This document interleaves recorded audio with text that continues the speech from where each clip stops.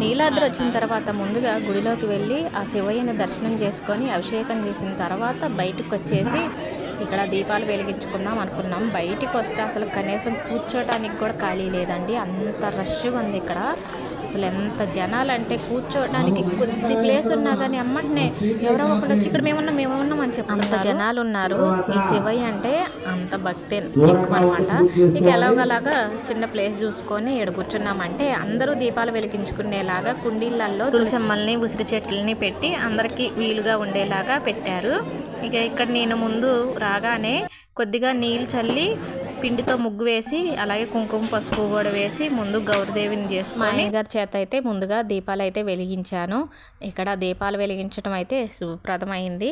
అలాగే ప్రసాదాలు తెచ్చిన ప్రసాదాలన్నీ కూడా పెట్టేసి గౌరీదేవికి తాంబూలం పెట్టేసి హారతి ఇచ్చాను. చుట్టుపక్కల జనాలు చూసారా, ఇప్పుడు 6:30కే ఎలా ఉందంటే ఇంకొద్ది